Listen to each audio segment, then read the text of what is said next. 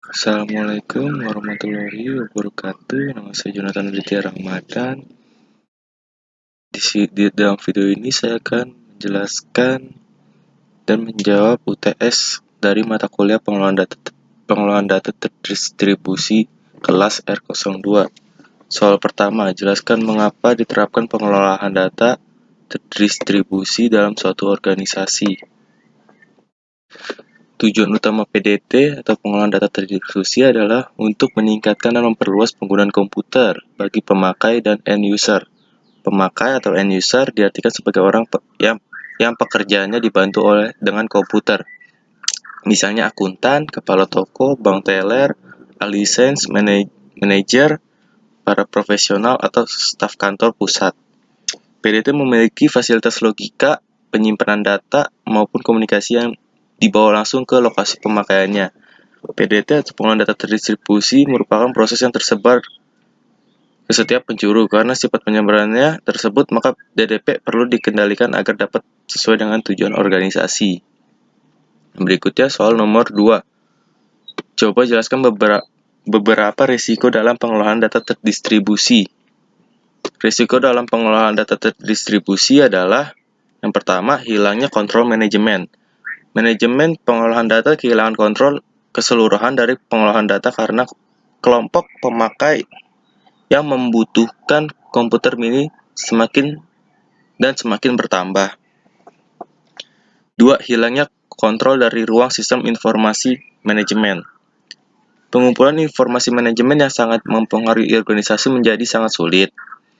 Yang ketiga, optimasi. Developer memenuhi kebutuhan lokal, bukan keseluruhan data. Yang keempat, data incompatible.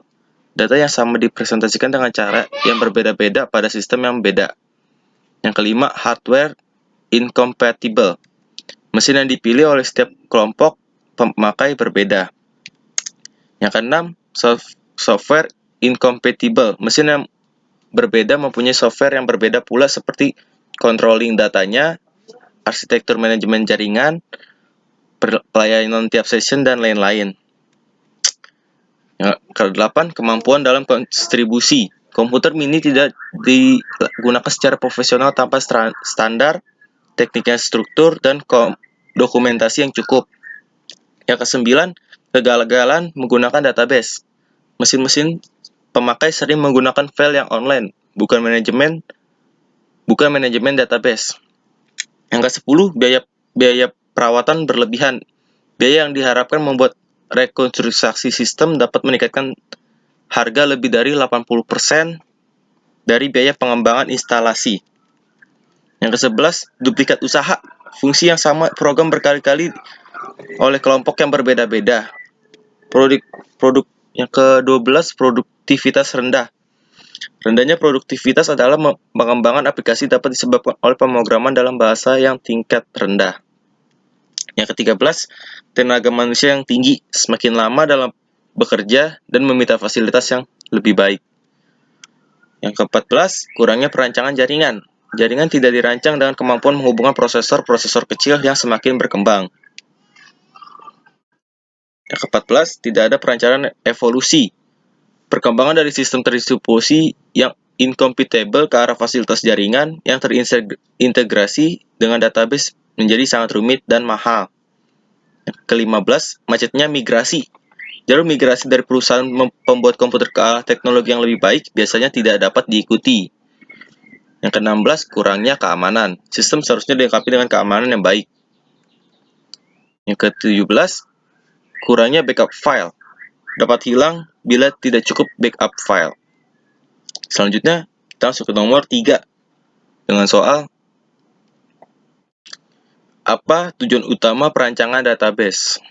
Tujuan utama perancangan database yaitu untuk memenuhi informasi berisi kebutuhan user secara khusus dan aplikasinya, memudahkan pengertian struktur informasi, mendukung kebutuhan pemrosesan dari beberapa objek penampilan seperti response time, processing time, dan storage space. Selanjutnya kita ke nomor 4, keuntungan dan kekurangan dari database terdistribusi. Yang pertama kita membahas keuntungan. Poin pertama dalam keuntungan adalah satu, pengawasan distribusi dan pengambilan data.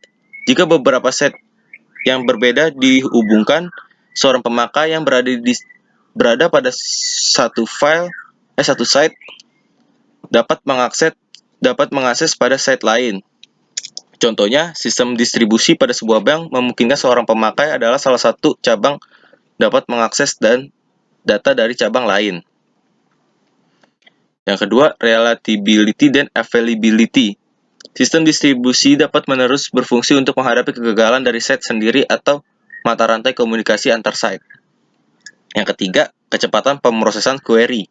Contoh, jika set gagal dalam sebuah sistem terdistribusi, site lainnya dapat melanjutkan operasi jika data telah direplikasi pada beberapa site.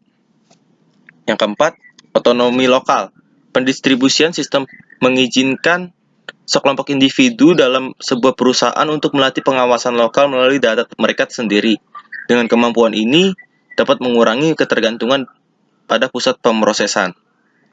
Yang kelima, efisiensi dan fleksibel. Data dalam sistem distribusi dapat disimpan dekat dengan titik di mana data tersebut dipergunakan. Data dapat secara dinamik bergerak atau disalin atau salinannya dapat dihapus. Selanjutnya kita akan membahas kerugian database terdistribusi. Yang pertama, harga software-nya mahal. Hal ini disebabkan sangat sulit untuk membuat sistem database distribusi. Yang kedua, kemungkinan kesalahan lebih besar. Site beroperasi secara paralel, secara lebih sulit untuk menjamin kebenaran dan algoritma. Adanya kesalahan mungkin tidak dapat diketahui. Yang ketiga, biaya pemrosesan tinggi. Perubahan pesan dan penambahan perhitungan dibutuhkan untuk mencapai koordinasi antar site. Selanjutnya kita ke soal yang kelima. Apa pemahaman dari replikasi data dan kapan biasanya replikasi data ini dilakukan?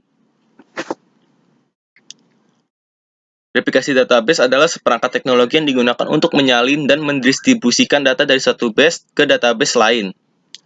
Dan selanjutnya, mensinkronisasi antara database untuk menjaga konsistensi. Dengan replikasi, data dapat didistribusikan ke lokasi yang berbeda dan pengguna yang jauh melalui LAN, WAN, dial-up connection, wireless connection, dan internet. Dan kapan proses replikasi itu terjadi?